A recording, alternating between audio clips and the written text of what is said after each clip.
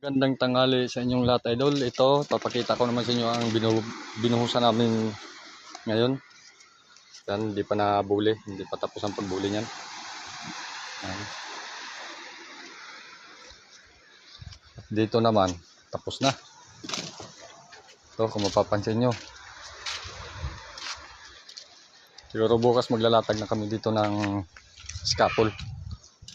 Napitikan na namin, no. Kung mapapansin nyo, may itik na yan. Punta ron. Diyan na yung pinakakuha ng scaffolding. Saka dito naman sa kabila, ito yung rampa niya. Ito.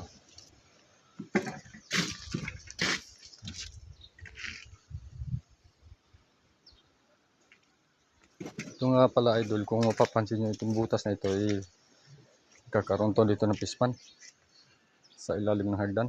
Ito, hukayan pa lang. Tapos ito yung abang ng hagdan sa babaw na yan.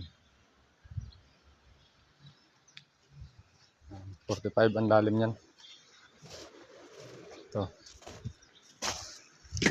hindi kalayuan dito kasi resort at itong ginagawa namin. Hindi kalayuan tatanaw, malapit na ang dagat dito kung mapapansin nyo. Yan, idol, dami nga naliligo rin banda. Yan. Yan yung pinaka ng dagat talaga yan. Ito, dagat yan. Kung meron kayo natatanaw doon sa isla na yan, yung tinatawag na Fortune Island, harap yun. Ito naman dito sa amin, liyan ito, kapisto ko na ito, puro resort ito dito. Ayan, swimming pool, puno na ng tubig.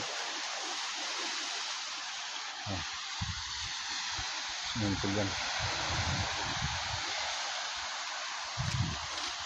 So mga idol, tuloy ko itong pag-video ko. Comment na kayo, idol, kung taga saan kayo, para malaman ko kung hanggang saan talaga to aabot ang video ko na to. Salamat, bye bye.